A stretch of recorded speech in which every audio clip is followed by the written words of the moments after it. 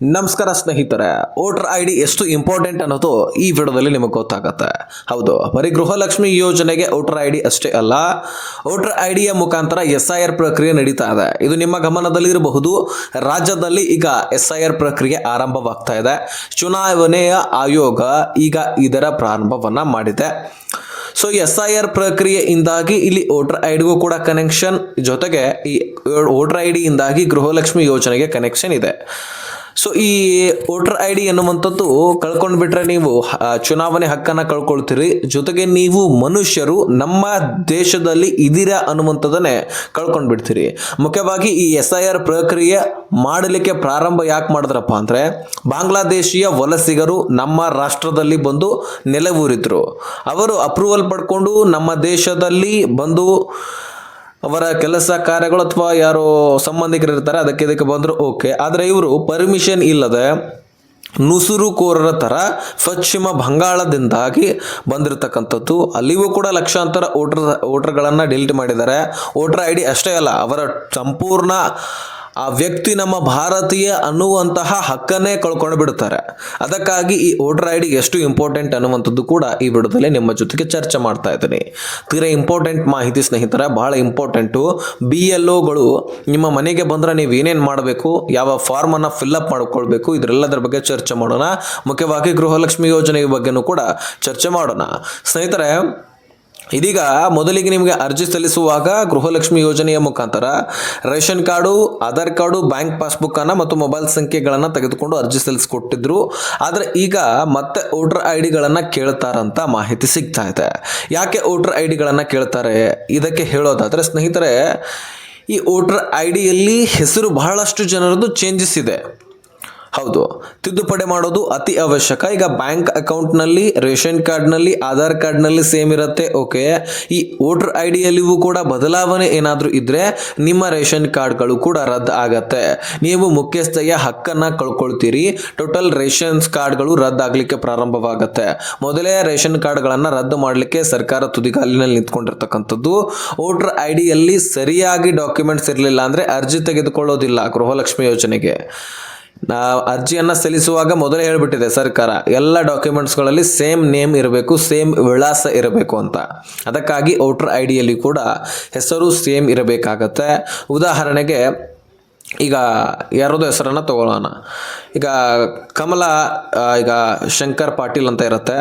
So same ಈ ಒಂದು ration ಕಾರ್ಡ್ನಲ್ಲಿ ಹೇಗಿರುತ್ತೋ ಬ್ಯಾಂಕ್ ಪಾಸ್ಬುಕ್ನಲ್ಲಿ ಕೂಡ ಅದೇ ಇರುತ್ತೆ. ಅದೇ ಒಂದು ಹೆಸರು ವೋಟರ್ ಐ ಡಿಯಲ್ಲಿ ಕೂಡ ಇರಬೇಕಾಗತ್ತೆ. ಸೊ ಇಲ್ಲಿ ಬೇರೆ ಅಲ್ಲಿ ಬೇರೆ ಅಂತ ಇದ್ದರೆ ನಿಮ್ಮ ರೇಷನ್ ಕಾರ್ಡ್ಗಳು ರದ್ದಾಗೋದಿಲ್ಲ. ಆದರೆ ಗೃಹಲಕ್ಷ್ಮಿ ಯೋಜನೆಗೆ ಅರ್ಜಿ ಸಲ್ಲಿಸಲಿಕ್ಕೆ ಆಗೋದಿಲ್ಲ. ಅದನ್ನು ಮತ್ತೆ ತಿದ್ದುಪಡಿ ಮಾಡಿಕೊಂಡು ತದನಂತರ ಅರ್ಜಿಯನ್ನು ಸಲ್ಲಿಸಬೇಕಾಗತ್ತೆ. ಈಗ ತಿದ್ದುಪಡಿ ಮಾಡೋದಾಗಿರಲಿ ಮತ್ತು SIR ಪ್ರಕ್ರಿಯೆ ಮುಖಾಂತರ ನೀವು ಭಾರತೀಯರು ಅನ್ನುವಂಥದ್ದು ಕೂಡ ಈ ಚುನಾವಣೆ ಆಯೋಗ ಗುರುತಿಸ್ತಾ ಇದೆ. ಸೊ ನೀವು ಬದುಕಿದ್ದೀರಾ ಅಥವಾ ಮೃತಪಟ್ಟಿದ್ದೀರಾ ಅನ್ನುವಂಥದ್ದನ್ನು ಕೂಡ ಗಮನಿಸ್ತಾ ಇದೆ. ಯಾಕೆ ಈ ರೀತಿ ಅಂದರೆ, ಈಗ ಬಾಂಗ್ಲಾದೇಶಿಯ ವಲಸಿಗರು ಬಂದಿರುವಂತಹ ಕಾರಣಕ್ಕಾಗಿ SIR ಏನೋ ಪ್ರಾರಂಭವಾಯಿತು. ಮತ್ತು ಇಲ್ಲಿ ಸಾಕಷ್ಟು ಜನ ಯಾವ ರೀತಿಯಾಗಿ ವೋಟರ್ ಐ ಡಿಗಳನ್ನು ಬಾಂಗ್ಲಾದೇಶಿಯರು ಮಾಡಿಸ್ಕೊಂಡಿದ್ರಂತೆ. ಒಂದು 2,000 ರೂಪಾಯಿ ಕೊಟ್ಟರೆ ಆಧಾರ್ ಕಾರ್ಡ್ ಮಾಡಿಕೊಡೋದಂತೆ, 2,000 ರೂಪಾಯಿದಲ್ಲಿ ಮತ್ತು ವೋಟರ್ ಐ ಡಿನೂ ಕೂಡ ತೆಗೆಸ್ಕೊಡೋದಂತೆ, ಮತ್ತು ತಮ್ಮ ಬಗ್ಗೆ ಬೇಕಾದಂತಹ ಚುನಾವಣೆಯಲ್ಲಿ ತಮಗೆ ಬೇಕಾದಂತಹ ಅಭ್ಯರ್ಥಿಗೆ ಓಟ್ ಹಾಕಿ ಬಿಡೋದಂತೆ. ಸೊ ಅವರು ಇಲ್ಲಿಯ ಅಭ್ಯರ್ಥಿಗಳಂತೆ. ಹೌದು, ಅವರು ಪರ್ಮಿಷನ್ ತೆಗೆದುಕೊಂಡು ಬಂದಿದ್ರೆ ಓಕೆ, ಆದರೆ ಪರ್ಮಿಷನ್ ತೆಗೆದುಕೊಂಡು ಬಂದಿಲ್ಲ, ನುಸುಳುಕೊಂಡು ಬಂದಿರತಕ್ಕಂಥದ್ದು, ಅಂಥವರಿಗೆ ಭಾರತೀಯ ಹಕ್ಕು ಇಲ್ಲ. ಅದಕ್ಕಾಗಿ ಅವರನ್ನು ಇಲ್ಲಿಂದ ಓಡಿಸಲಿಕ್ಕೆ SIR ನಡೀತಾ ಇದೆ. ಈ SIRನಲ್ಲಿ ಸಾಕಷ್ಟು ಬಂಗಾಳದಲ್ಲಿ 60 ಲಕ್ಷಕ್ಕಿಂತ ಹೆಚ್ಚಿನ ಫೇಕ್ ವೋಟರ್ಸ್ಗಳು ಸಿಕ್ಕರು, ತಮಿಳುನಾಡಿನಲ್ಲಿ ಸಿಕ್ಕರು, ಗೋವಾ ಆಗಿರಲಿ, ಸಾಕಷ್ಟು ಪಂಚ ರಾಜ್ಯ ಚುನಾವಣೆ ಮೊನ್ನೆ ತಾನೇ ಇತ್ತು. ಆ ಎಲ್ಲ ಸಂದರ್ಭದಲ್ಲಿಯೂ ಕೂಡ ಸಾಕಷ್ಟು ಕಡೆ SIR ಪ್ರಕ್ರಿಯೆ ನಡೀತಲ್ವ, ಅಲ್ಲೆಲ್ಲವೂ ಕೂಡ ಲಕ್ಷಾಂತರ ವೋಟರ್ ಐ ಡಿಗಳನ್ನು ಡಿಲೀಟ್ ಮಾಡಲಾಗುತ್ತೆ. ನಮ್ಮ ರಾಜ್ಯದಲ್ಲಿ ಕೂಡ ಸಿಗ್ತಾರೆ. ಈಗಾಗಲೇ ಲಕ್ಷಾಂತರ ಫಲಾನುಭವಿಗಳು ಸಿಕ್ಕಿದ್ದಾರೆ. ಜೊತೆಗೆ ಮೃತಪಟ್ಟವರನ್ನ ಈ ವೋಟರ್ ಲಿಸ್ಟ್ನಿಂದ ಡಿಲೀಟ್ ಮಾಡ್ತಿದ್ದಾರೆ. ಈಗಾಗಲೇ ಮೃತಪಟ್ಟವರ ಹೆಸರಿನಲ್ಲಿ ಗೃಹಲಕ್ಷ್ಮಿ ಜಮಾ ಇತ್ತು, ಮೃತಪಟ್ಟವರ ಹೆಸರಿನಲ್ಲಿ 2,000 ಅಷ್ಟೇ ಅಲ್ಲ, ನೂರಾರು ಕೋಟಿಗಟ್ಟಲೆ ಸರ್ಕಾರಕ್ಕೆ ನಷ್ಟ ಆಗಿರ್ತಕ್ಕಂಥದ್ದು. ಈ ರೀತಿ ಇದ್ದಾಗ ಆ ವೋಟರ್ ಐ ಡಿಗಳನ್ನು ರದ್ದು ಮಾಡಲಾಗುತ್ತಾ ಇದೆ. ಯಾರು ಮೃತಪಟ್ಟಿರ್ತಾರೆ ಅವ್ರದ್ದು ರದ್ದು ಮಾಡಿಬಿಡ್ತಾರೆ. ಆ ಮೃತಪಟ್ಟವರು ಮತ್ತೆ ಬಂದು ಅರ್ಜಿ ಅಂತೂ ಸಲ್ಲಿಸ್ಲಿಕ್ಕೆ ಆಗೋದಿಲ್ಲ. ಸೊ ಈ ರೀತಿ ಸರ್ಕಾರ ಕ್ರಮಗಳನ್ನು ತೆಗೆದುಕೊಳ್ತಾ ಇದೆ. SIR ಬೇರೆ, ಆದರೆ ಗೃಹಲಕ್ಷ್ಮಿ ಯೋಜನೆಯೇ ಬೇರೆ. SIR ಚುನಾವಣೆ ಆಯೋಗ ನಡೆಸ್ತಾ ಇದೆ, ಆದರೆ ಅದರಿಂದ ಮಾಹಿತಿಯನ್ನು ತೆಗೆದುಕೊಂಡು ಸರ್ಕಾರ ಅಲ್ಲಿ ತನಗೆ ಬೇಕಾದಂತಹ ಕ್ರಮಗಳನ್ನು ಕೈಗೊಳ್ತಾ ಇದೆ.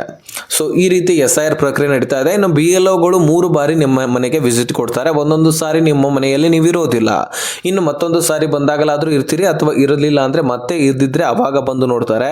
ಸೊ 3 ಬಾರಿನೂ ಬಂದಾಗಲೂ ಕೂಡ ನೀವು ಇರಲಿಲ್ಲ ಅಂದರೆ ನೀವು ಭಾರತೀಯರಂತಹ ಹಕ್ಕುಗಳನ್ನು ಕಳ್ಕೊಳ್ಳುವಂತಹ ಸಾಧ್ಯತೆ ಇರುತ್ತೆ. ಸೊ ನೀವು ಏನು ತಿದ್ದುಪಡಿಗಳನ್ನು ಮಾಡ್ಕೊಳ್ಬೇಕು ಅದನ್ನು ಮಾಡ್ಕೊಳ್ಳೋದು ಅತಿ ಅವಶ್ಯಕ. ಈಗ ರೇಷನ್ ಕಾರ್ಡ್ಗಳಲ್ಲಿ ಹೆಸರು ಬೇರೆ, ವೋಟರ್ ಐ ಡಿಗಳಲ್ಲಿ ಹೆಸರು ಬೇರೆ, ಆಧಾರ್ ಕಾರ್ಡ್ಗಳಲ್ಲಿ ಹೆಸರು ಬೇರೆ, ಈ ರೀತಿ ಇರೋದಿಲ್ಲ. ಎಲ್ಲದರಲ್ಲಿ ಹೆಸರನ್ನು ಸೇಮ್ ಮಾಡ್ಕೊಳ್ಬೇಕು. ಮತ್ತು ನೀವು ವಾಸಸ್ಥಳ ನೀವು ಎಲ್ಲಿ ವಾಸವಾಗಿದ್ದೀರಿ ಇದರೆಲ್ಲದರ ಬಗ್ಗೆ ಚರ್ಚೆ ಆಗ್ತಾ ಇದೆ. ಅದಕ್ಕಾಗಿ SIR ಪ್ರಕ್ರಿಯೆಯಿಂದಾಗಿ ನೀವು ಎಷ್ಟು ವರ್ಷದಿಂದ ನಮ್ಮ ಭಾರತದಲ್ಲಿ ವಾಸವಾಗಿದ್ದೀರಿ, ಈಗ ಕೆಲವೊಂದಿಷ್ಟು ವರ್ಷಗಳಿಂದ ಬಂದಿದ್ದರೆ ಅದ್ರ ಬಗ್ಗೆನೂ ಕೂಡ ತನಿಖೆ ಆಗುತ್ತೆ. ನೀವು ಮೊದಲಿನಿಂದನೂ ಕೂಡ ನಮ್ಮ ರಾಷ್ಟ್ರದಲ್ಲಿ ಇದ್ದರೆ ಅದ್ರ ಬಗ್ಗೆನೂ ಕೂಡ ಚರ್ಚೆ ಆಗುತ್ತೆ. ಒಟ್ಟಾರೆಯಾಗಿ ನಿಮ್ಮ ಭಾರತೀಯರು, ನೀವು ಆಧಾರ್ ಕಾರ್ಡ್ನಿಂದ ಮಾತ್ರ ಅಲ್ಲ, ನಿಮ್ಮ ವೋಟರ್ ಐ ಡಿ ಇಂದನೂ ಕೂಡ ನೀವು ಭಾರತೀಯರು ಮತ್ತು ಚುನಾವಣೆಯ ಒಂದು ವೋಟನ್ನು ಹಾಕ್ಲಿಕ್ಕೆ ಅರ್ಹರು ಅಥವಾ ಇಲ್ವಾ ಅನ್ನುವಂಥದ್ದು ನಾವು BLOಗಳು ಇಲ್ಲಿ ಕನ್ಸಿಡರ್ ಮಾಡುವಂಥದ್ದು ಈಗಾಗಲೇ ಚೆಕ್ ಆಗ್ತಾ ಇದೆ. ಸೊ ನಿಮ್ಮ ಹತ್ತಿರದ ಒಂದು ಕನ್ನಡ ಶಾಲೆಗಳಲ್ಲಿ, ಪ್ರಾಥಮಿಕ ಶಾಲೆಗಳಿರ್ತವೆ, ಅಲ್ಲಿ ಕೂಡ ನಡೀತಾ ಇದೆ. ಅಲ್ಲಿ ಕೂಡ ಹೋಗಿ ಭೇಟಿ ಕೊಡಬಹುದು ಸರ್ಗಳಿಗೆ. ಜೊತೆಗೆ ನಿಮ್ಮ ಮನೆಗೆ BLOಗಳು ಬರ್ತಿರ್ತಾರೆ. ಅದು ಬರುವಂತಹ ಹಕ್ಕು ಕೂಡ ಇದೆ, ಸರ್ಕಾರ ಹೇಳಿಬಿಟ್ಟಿದೆ ಅವರು ಬಂದು ನಿಮ್ಮಲ್ಲಿ ಚೆಕ್ ಮಾಡಬೇಕಂತ. ಸೊ ಅದೆಲ್ಲವೂ ಕೂಡ ನಡೀತಾ ಇದೆ. ಅವರು ಬಂದಾಗ ಒಂದು ಫಾರ್ಮ್ ಕೂಡ ಕೊಡ್ತಾರೆ, ಅದನ್ನು ಫಿಲ್ಅಪ್ ಮಾಡಿಕೊಡ್ಬೇಕು. ನೀವು ಅದನ್ನು ತುಂಬಿ ಸರಿಯಾಗಿ ಕೊಟ್ಟರೆ ಅವಾಗ ಬದಲಾವಣೆಗಳಾಗ್ತವೆ. ಸರಿಯಾಗಿ ನಿಮ್ಮ ವೋಟರ್ ಲಿಸ್ಟು, ನಿಮ್ಮ ಹೆಸರು ಅಲ್ಲಿ ಕುಂಡ್ರುತ್ತೆ. ಸೊ ಪ್ರತಿಯೊಬ್ಬರದ್ದು ಕೂಡ ಇದನ್ನು ಚೆಕ್ ಆಗ್ತಾ ಇದೆ. ಸೊ ಯಾರು ಮೃತಪಟ್ಟಿದ್ದಾರೆ, ಯಾರು ಬಾಂಗ್ಲಾದೇಶಿಯರು ಮತ್ತು ಯಾವ ಬೇರೆ ದೇಶದವರು ನಮ್ಮ ರಾಷ್ಟ್ರದಲ್ಲಿ ಎಷ್ಟು ವರ್ಷದಿಂದ ಬಂದಿದ್ದಾರೆ, ಇದರೆಲ್ಲದರ ಬಗ್ಗೆ ಚರ್ಚೆ ಆಗ್ತಾ ಇದೆ. ಸೊ ಗೃಹಲಕ್ಷ್ಮಿಗೆ ಹೇಗೆ ಲಿಂಕ್ ಅನ್ನುವಂಥದ್ದು ಗೊತ್ತಾಗಿದೆ ಅಂತ ಅಂದ್ಕೊಳ್ತೀನಿ. ಅರ್ಜಿ ಸಲ್ಲಿಸುವಾಗ ವೋಟರ್ ಐ ಡಿ ಕೇಳಿದ್ರೆ ನಿಮ್ಮ ಹೆಸರು ಚೇಂಜಸ್ ಇದ್ರೆ ನಿಮ್ಮ ಅರ್ಜಿ ತೆಗೆದುಕೊಳ್ಳೋದಿಲ್ಲ. ಅದಕ್ಕಾಗಿ ಬೇಗ ನೀವು ಅರ್ಜಿ ಸಲ್ಲಿಸೋದು, ಸರಿಪಡಿಸ್ಕೊಂಡು ಅರ್ಜಿ ಸಲ್ಲಿಸೋದು ಬೆಟರು. ಅವಾಗ ಮಾತ್ರ ನಿಮಗೆ ದುಡ್ಡು ಜಮಾ ಆಗುವಂಥದ್ದು. ಓಕೆ, ಸೊ ಈ ಇನ್ಫಾರ್ಮೇಷನ್ ನಾನು ನಿಮಗೆ ತಿಳಿಸ್ಬೇಕಾಗಿತ್ತು, ಬಹಳ ಇಂಪಾರ್ಟೆಂಟ್ ಆಗಿತ್ತು ಇದು. ಯಾಕಂದರೆ BLOಗಳು 1 ಬಾರಿ ಬಂದು 3 ಬಾರಿ ಬಂದು ನಿಮ್ಮ ಒಂದು ಮನೆಯಲ್ಲಿ ಯಾರೂ ಕೂಡ ಇರಲಿಲ್ಲ ಅಂದರೆ ಆವಾಗ ನೀವು ಮತ್ತೆ ಕನ್ನಡ ಶಾಲೆಗಳಿಗೆ ಹೋಗಿ ನಿಮ್ಮ ಒಂದು ವೋಟರ್ ಐ ಡಿಗಳನ್ನು ಸರಿಪಡಿಸ್ಕೊಳ್ಳೋದು. ಅಲ್ಲಿ ಕೂಡ ಸರಿಪಡಿಸ್ಕೊಳ್ಳಿಲ್ಲ ಅಂದರೆ ನೀವು ಭಾರತೀಯರೆನ್ನುವಂತಹ ಹಕ್ಕುಗಳನ್ನು ಕಳ್ಕೊಳ್ತೀರಿ ಎನ್ನುವಂತಹ ಮಾಹಿತಿ ಸಿಗ್ತಾ ಇತ್ತು. ಸೊ ಅದಕ್ಕಾಗಿ ನಿಮಗೇನೋ ತಿಳಿಸಿದ್ದೀನಿ, ಆದರೆ ಸರಿಪಡಿಸ್ಕೊಳ್ಳೋದು ಬಿಡುವುದು ನಿಮ್ಮ ಕೈಯಲ್ಲಿದೆ ಸ್ನೇಹಿತರೆ. ಸೊ ಬಹಳ ಇಂಪಾರ್ಟೆಂಟ್ ಇದು. ರೇಷನ್ ಕಾರ್ಡ್ಗಳು ಅಷ್ಟೇ ಅಲ್ಲ, ನೀವು ಹಕ್ಕನ್ನೇ ಕಳ್ಕೊಂಡು ಬಿಟ್ಟರೆ ಟೋಟಲಿ ನೀವು ರೇಷನ್ ಕಾರ್ಡನ್ನೇ ಕಳ್ಕೊಳ್ತೀರಿ. ಬೇರೆ ಬೇರೆ ಪಿಂಚಣಿ ಸಿಗ್ತಾ ಇದ್ರೆ ಅದನ್ನು ಕೂಡ ಕಳ್ಕೊಳ್ತೀರಿ. ಅಥವಾ ರೈತರಾಗಿದ್ದರೆ, ಅಂದರೆ ಮಹಿಳೆಯರಿಗೆ ಅಷ್ಟೇ ಅಲ್ಲ ಇದು ಅನ್ವಯ, ಪುರುಷರಿಗೂ ಕೂಡ ಅನ್ವಯ ಆಗ್ತದೆ. ಟೋಟಲಿ ರೇಷನ್ ಕಾರ್ಡ್ಗೆ 18 ವರ್ಷ ಮೇಲಾಗಿ ಮೆಚುರಿಟಿ ಬಂದು ನೀವು ವೋಟರ್ ಐ ಡಿಗಳನ್ನು ಮಾಡಿಸ್ಕೊಂಡಿದ್ರೆ ಪ್ರತಿಯೊಬ್ಬರಿಗೂ ಕೂಡ ಅನ್ವಯಿಸುತ್ತೆ. ನಿಮ್ಮ ಹೆಸರಿನಲ್ಲಿ ಯಾವುದೇ ಒಂದು ಯೋಜನೆ ಸಿಗ್ತಾ ಇದ್ರೆ ಎಲ್ಲವೂ ಕೂಡ ಬಂದಾಗತ್ತೆ. ಯಾಕಂದರೆ ನೀವು ಭಾರತೀಯರು ಅನ್ನುವಂಥದ್ದು ನೀವು ಹಕ್ಕನ್ನು ಕಳ್ಕೊಂಡು ಬಿಟ್ಟಿರ್ತೀರಿ. ಅದಕ್ಕಾಗಿ ಅದೇನು ತಪ್ಪಾಗಿದೆ ಅದನ್ನು ಸರಿಪಡಿಸ್ಕೊಳ್ಳಿ. ತದನಂತರ ನಿಮಗೆ ಎಂದಿನಂತೆ ದುಡ್ಡು ಬರುವಂತಹ ಯೋಜನೆ ಇದ್ದರೆ ದುಡ್ಡು ಬರುತ್ತೆ.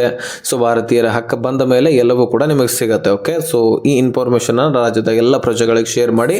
ಸೊ ಅವ್ರಿಗೂ ಕೂಡ ಈ ಇನ್ಫಾರ್ಮೇಷನ್ ಗೊತ್ತಾಗಲಿ.